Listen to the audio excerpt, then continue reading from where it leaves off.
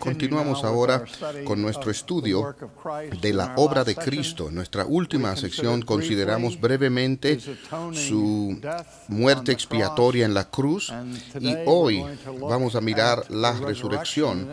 Y parecería un poco extraño hablar de la resurrección de Cristo como parte de su obra, porque todo el evento de la resurrección fue uno en el cual Jesús estaba completamente pasivo. Él nunca se levantó a sí mismo de los muertos, sino que Él fue levantado como una parte del Espíritu Santo de entre los muertos.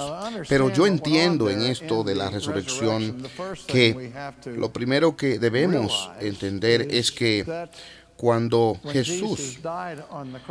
Él murió en la cruz, Él realmente estaba muerto. Y cuando Él fue sepultado en la tumba, Él estaba realmente muerto. Esta fue una ocasión en la que el cuerpo de Jesús era un cadáver y su alma ya había dejado su cuerpo, se había ido con el Padre, pero el cuerpo físico fue puesto en la tumba. Y en ese caso, ese cadáver, como los otros cuerpos, no había allí palpitaciones, no había ondas cerebrales, no había tampoco sangre en las venas ni pulso. Él estaba muerto. Y como un hombre muerto en su humanidad, Él estaba completamente paralizado para poder hacer alguna obra significativa. Ahora, hablaremos de la resurrección como parte de la obra vitalmente importante de la obra de Cristo. Yo entiendo, y permítame tomar un momento para considerar lo que Pablo declara sobre esto en 1 Corintios capítulo 15. Comenzando en el versículo 20, donde Pablo escribe estas palabras. Mas ahora Cristo ha resucitado de entre los muertos. Primicias de los que durmieron es hecho. Porque por cuanto la muerte entró por un hombre, también por un hombre la resurrección de los muertos. Porque así como en Adán todos mueren, también en Cristo todos serán vivificados, pero cada uno en su debido orden. Cristo, las primicias, luego los que son de Cristo en su venida, entonces vendrá el fin, cuando Él entregue el reino de Dios y Padre, después que haya abolido todo dominio y toda autoridad y poder. Pues Cristo debe reinar hasta que haya puesto a todos sus enemigos debajo de sus pies. Y el último enemigo que será abolido es la muerte, porque Dios ha puesto todas las cosas bajo sus pies. Así que en esta porción de la interpretación apostólica del significado de la resurrección, nosotros vemos la idea que anteriormente habíamos referido en esta serie de la unión entre Jesús y Adán y la función de Cristo como el nuevo Adán o el segundo Adán. El primer Adán trajo muerte al mundo.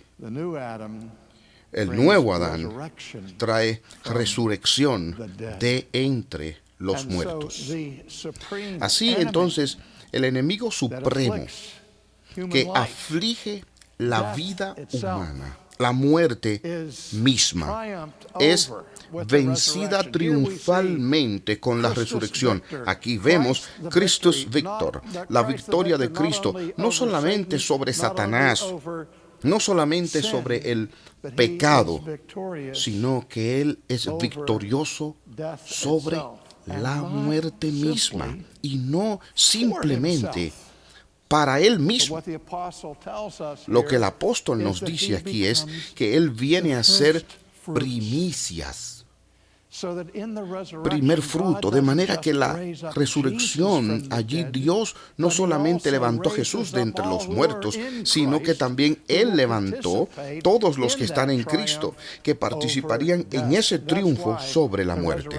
Por eso, la resurrección de Cristo es tan importante para la fe cristiana. De hecho, el que nos reunamos a adorar cada domingo en lugar de viernes es porque Jesús fue resucitado de entre los muertos muertos el domingo, y nosotros llamamos ese día el Día del Señor, y ese viene a ser el nuevo sábado, la nueva garantía de una vida eterna para todos los que ponen su confianza en Él. Pero volvamos a regresar un poco ahora a la resurrección misma. Como les dije, el cuerpo de Jesús estaba completamente pasivo. Pueden ver aquí una analogía con el caso de Lázaro, a quien Jesús resucitó. Cuando Jesús lo levantó, Él estaba muerto y no contribuyó en nada para esto. Ustedes recuerdan que Lázaro estaba muerto por 4 días cuando Jesús vino y lo levantó de entre los muertos. ¿Cómo lo hizo? Él no fue a la tumba y le dio una respiración boca a boca. Él tampoco fue allí y le tocó el cuerpo y le dijo: ven, levántate, Lázaro, componte. No.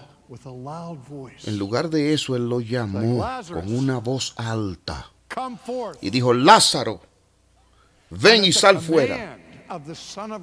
Y a la orden, al mandamiento del Hijo de Dios, este cuerpo muerto vino a la vida.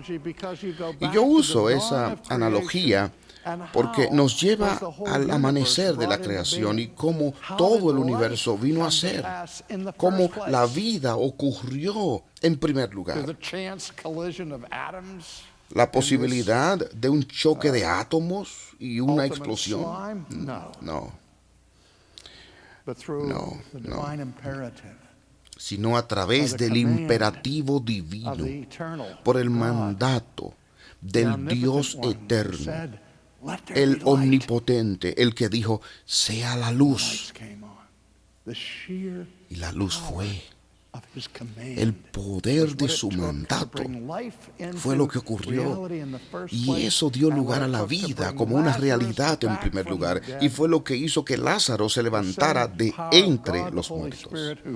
Ese mismo poder de Dios, el Espíritu Santo, andaba sobre las aguas en el principio para producir la gestación de todas las cosas.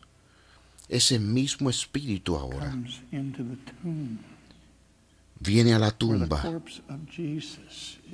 donde el cuerpo de Jesús estaba situado, envuelto con grandes ropas de lino,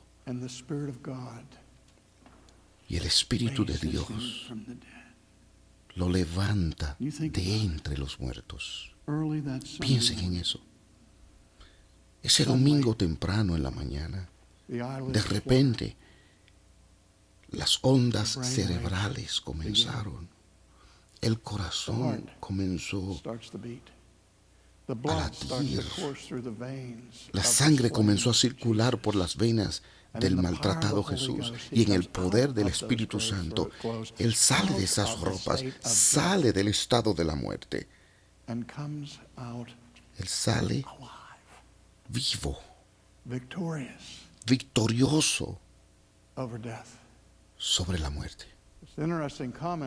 Hay un comentario interesante que el Nuevo Testamento hace sobre la resurrección de Jesús, a la luz de lo que muchas personas creen, que este es un milagro imposible de creer, donde personas en el mundo secular, escépticos, dicen: si algo nosotros sabemos de seguro es que cuando la gente muere se queda muerto, y si hay algo mitológico sobre el cristianismo es el dogma central de la resurrección. Por eso dicen: tal acontecimiento es simplemente imposible.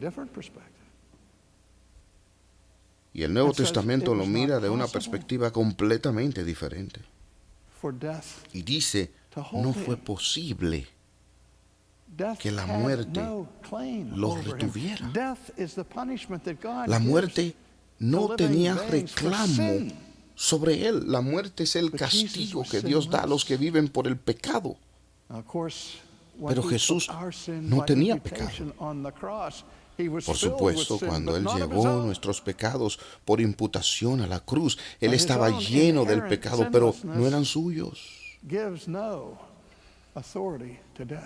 Eran los nuestros, y esa condición sin pecado no le dio autoridad a la muerte para contenerle. Así que era imposible.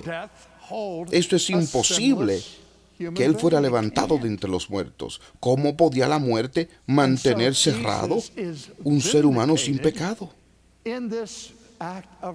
Así que Jesús es vindicado en este acto de resurrección en el Nuevo Testamento.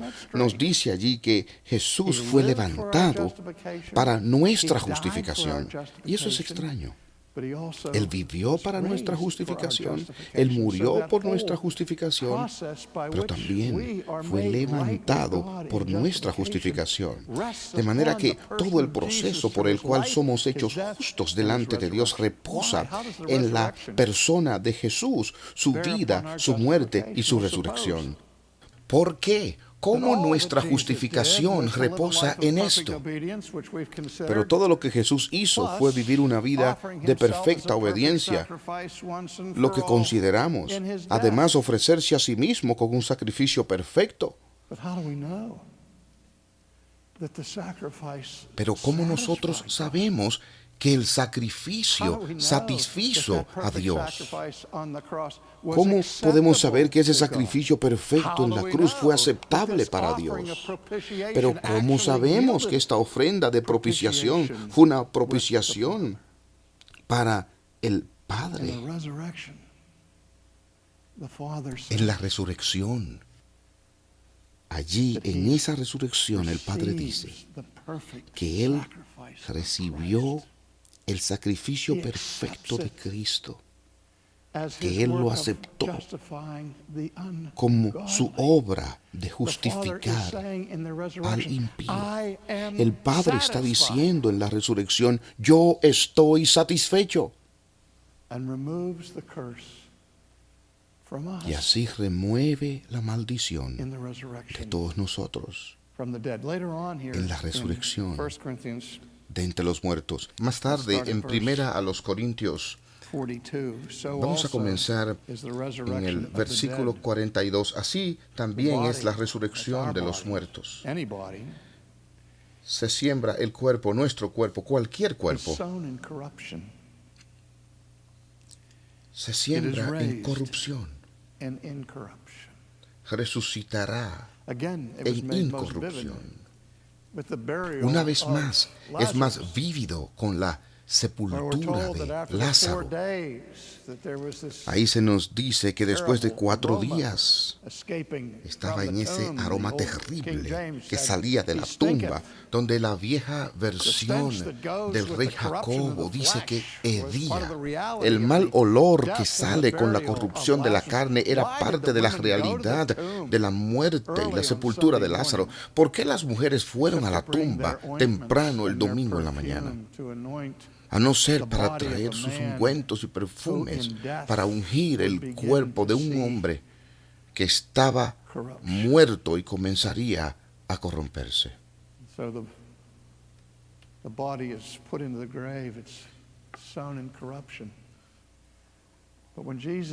Así que el cuerpo fue puesto allí en la tumba, sembrado en corrupción. Cuando Jesús se levantaba de los muertos, no fue con resucitación. No es que Él estaba allí antes de morir y allí fueron a la tumba y lo levantaron. Aquí hay una continuidad entre el cuerpo que estaba allí y el cuerpo que salió. Es el mismo cuerpo. Y todavía podía ser identificado por la marca de los clavos y la lanza. Podía ser reconocido. Pero también había un cambio dramático en el cuerpo de nuestro Señor. Del momento en que Él entró a la tumba y el momento en que Él salió. Cuando Él salió de la resurrección, aquella forma del cuerpo anterior fue restaurada. Su cuerpo anterior había sido glorificado. Una vez más, miren cómo Pablo lo describe. Sembrado en corrupción, en algo corruptible, resucita en incorrupción. El cuerpo que salió de esa tumba nunca sufriría el decaimiento o la corrupción en la carne. Nuestro cuerpo, cuando salga de la tumba en la resurrección, nunca jamás se deteriorará, nunca estará sujeto a los efectos del tiempo y la enfermedad. Serán incorruptibles. Un cuerpo sembrado en deshonra resucitará en gloria. Hemos visto mucho en la vida de Cristo el patrón de humillación y glorificación, y se mueve hacia la exaltación. Y aún el cuerpo de Jesús fue sembrado en deshonra, en humildad, crucificado, pero es levantado en gloria. Yo no sé sobre un cuerpo glorificado cómo se ve, pero yo sé que es diferente de lo que nuestro cuerpo es ahora. De nuevo, anteriormente, Pablo había dicho que toda carne no es la misma carne. Hay un tipo de carne de hombre, hay otra clase de animales y otro tipo de carne para los pájaros. También hay cuerpos celestiales y cuerpos terrenales. Pero la gloria de los celestiales y la gloria de los terrenales es otra.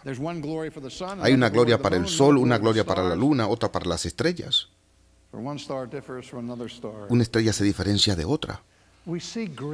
Vemos aquí radiaciones de la gracia, de la gloria de Dios alrededor nuestro, pero no hemos visto una humanidad glorificada.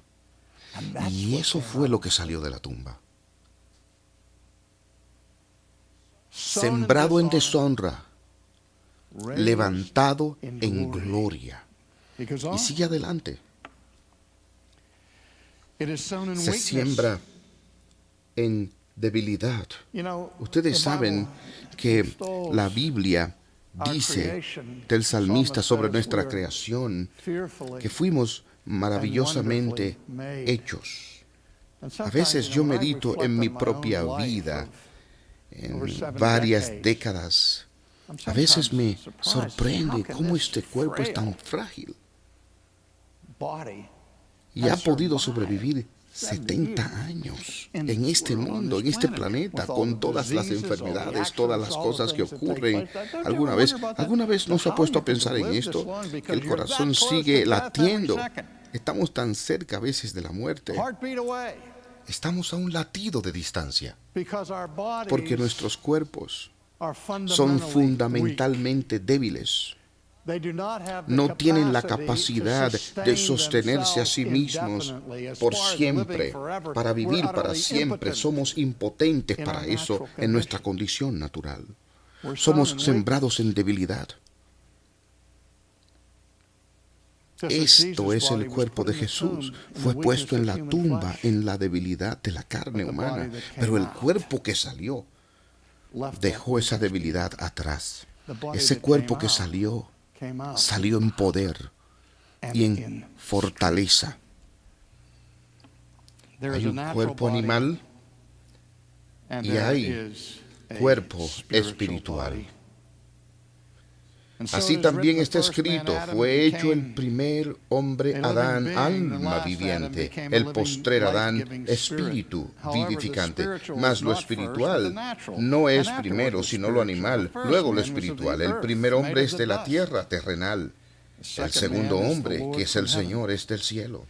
Cual el terrenal, tales también los terrenales. Y cual el celestial, tales también los celestiales. Y así como hemos traído la imagen del terrenal, traeremos también la imagen del celestial. Aquí está el punto de la obra de Cristo en la resurrección. Él nos da una nueva humanidad. Él restaura la imagen original de Dios en su pueblo y les ha preparado para vivir para siempre. Ahora bien, Pablo concluye diciendo: esto les digo, hermanos, que la sangre y la carne no pueden heredar el reino de Dios. He aquí les digo un misterio: no todos dormiremos, pero todos seremos transformados en un momento, en un abrir y cerrar de ojos, a la final trompeta, porque se tocará la trompeta y los muertos serán resucitados incorruptibles. Y nosotros seremos transformados, porque es necesario que esto corruptible se vista de incorrupción y esto mortal se vista de inmortalidad. Y cuando esto corruptible se haya vestido de incorrupción y esto mortal se haya vestido de inmortalidad, se cumplirá la palabra que está escrita: sorbida es la muerte en victoria. La muerte es así, devorada, consumida por la victoria. Oh, ¿dónde está, oh muerte, tu aguijón? ¿Dónde, oh sepulcro, tu victoria? Ya que el aguijón de la muerte es el pecado y el poder del pecado la ley, mas gracias sean dadas a Dios que nos da la victoria por medio de nuestro Señor Jesucristo.